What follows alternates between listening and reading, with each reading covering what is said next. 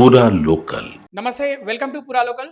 ప్రస్తుతం మనం TPCC spokes person Charan Kaushik Yadav గారితో ఉన్నాము. పుట్టా మధు ఐటీ శాఖ మంత్రి శ్రీధర్ బాబుపై విమర్శలు చేశాడు. చాలా దారుణంగా మాట్లాడిన పరిస్థితి ఎట్లా చూస్తారు? ఇక పుట్టమ్మద్ గారు కూడా శ్రీధర్ బాబు గురించి మాట్లాడితే మంతని ప్రజలు నవ్వుకుంటారు. ఎందుకంటే పుట్టమ్మద్ అనే వ్యక్తి ఒక రౌడీ. ఆనాడు నాగమణి కావచ్చు, తర్వాత వారి మీద వారు చంపిన కేసులో వారు ముద్దాయి. అదే కాకుండా వారి ఫ్యామిలీ కుటుంబ సభ్యులు ఏ విధంగా ఆనాడు చంపారో అందరూ చూసారు. వామన్ రావు గారు నాగమణి బస్సులో దింపి ఏకంగా ఒక అడ్వకేట్లను చూడకుండా సభ్య సమాజం తలదించుకునే విధంగా ఆనాడు పుట్టమ్మద్ గారు ఆ కేసులో ముద్దాయిగా ఉన్నారు. ఇప్పుడు బీఆర్ఎస్ పార్టీ రౌడీ రాజకీయం గురించి నవీన్ యాదవ్ గారు చేస్తున్నారు, శిరశీషి యాదవ్ గారు చేస్తున్నారు అని చెప్పారు. ఆనాడే బీఆర్ఎస్ పార్టీలో చాలా మంది రౌడీలు, బీఆర్ఎస్ పార్టీలో చాలా మంది పుట్టమ్మద్ లాంటి వాళ్ళు చాలా మంది ఉన్నారు. వాళ్ళ హత్యలలో ముద్దాయిగా ఉన్నారు, ఇసుక మాఫియాకు పాల్పడరు. కాబట్టే మంత్రి ప్రజలు తిరస్కరించారు పుట్టమ్మదని. మా శ్రీధర్ బాబు గారు మచ్చలేని నాయకుడు. అదే కాకుండా వారు చాలా సార్లు గెలిచినటువంటి వ్యక్తి. సమైక్య రాష్ట్రంలో మంత్రిగా ఉన్నారు, తెలంగాణ రాష్ట్రంలో మంత్రిగా ఉన్నారు. అదే కాకుండా మంత్రి కావచ్చు, కరీంనగర్ డెవలప్మెంట్ కోసం కావచ్చు, తెలంగాణ డెవలప్మెంట్ కోసం కావచ్చు, ఐటీ పరిశ్రమ శాఖ మంత్రిగా పనిచేస్తున్నారు. వారి మీద చిన్న మచ్చకు లేదట. ఆ వ్యక్తి అట వాళ్ళ ఆఫీసులో సెటిల్మెంట్ చేస్తున్నారని చెప్పేసి తెలంగాణ సమాజాన్ని తప్పుదారి పట్టించే ప్రయత్నం బీఆర్ఎస్ పార్టీ పుట్టమ్మద్ గారు చేస్తాను. పుట్టమ్మద్ చరిత్ర తెలుసు, శ్రీధర్బాబు గారి చరిత్ర తెలుసు.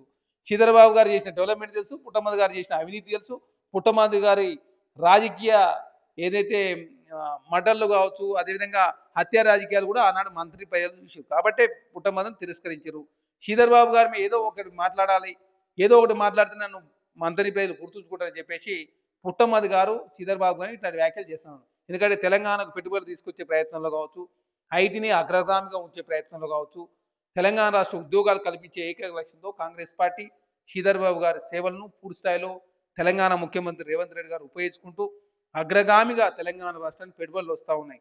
ఐటీలో తెలంగాణ భారతదేశంలో 2వ స్థానం. నెంబర్ 1 బెంగళూరు ఉంటే నెంబర్ 2 ప్రస్తుతానికి తెలంగాణ ఉన్నది. భవిష్యత్తులో నెంబర్ 1 కాబోతా ఉంది. చాలా పెద్ద ఎత్తున విదేశాలకు పోయి పెద్ద ఎత్తున పెట్టుబడులు కూడా ఆకర్షిస్తూ ఉన్నారు శ్రీధర్బాబు గారు. కాబట్టి ఖచ్చితంగా శ్రీధర్బాబు గారిని చూసి ఓరలేక ఏదో ఒక విధంగా చర్చ నా చుట్టూ తిరగాలని చెప్పేసి పుట్టమ్మద్ గారు ఇట్లాంటి వ్యాఖ్యలు చేస్తూ ఉన్నారు. కాబట్టి వారి వ్యాఖ్యలను తీవ్రంగా ఖండిస్తూ ఖచ్చితంగా బీఆర్ఎస్ పార్టీలో రౌడీలు, పిక్ ప్యాకెట్లు, అదే కాకుండా ఇసుక మాఫియా పాల్పడ్డ వాళ్ళు, తెలంగాణ భూ మాఫియా చేసిన వాళ్ళు, ధరన్ని ఉపయోగించుకు లక్షల ఎకరాలు గుంజుకున్న వాళ్ళు పెద్ద పెద్ద మాటలు మాట్లాడి తెలంగాణ సమాజం హర్షించారు. మచ్చలేని నాయకుడు శ్రీధర్బాబు గారు కాంగ్రెస్ పార్టీ రేవంత్ రెడ్డి గారి నాయకత్వంలో తెలంగాణను అగ్రగామి నిలిచే ప్రయత్నం కాంగ్రెస్ పార్టీ ముందుకు పోతుంది. రైట్. మరి జూబ్లీహిల్స్ ఉప ఎన్నికల్లో కాంగ్రెస్ పార్టీ మొదటి స్థానంలో, 2వ స్థానంలో బీఆర్ఎస్ పార్టీ, 3వ స్థానంలో బీజేపీ పార్టీ ఉండబోతుందని చెప్తున్నారు TPCC spokes person Charan Kaushik Yadav గారు. కెమెరామెన్ సాయితేజతో కృష్ణబాల, హైదరాబాద్, పురా లోకల్.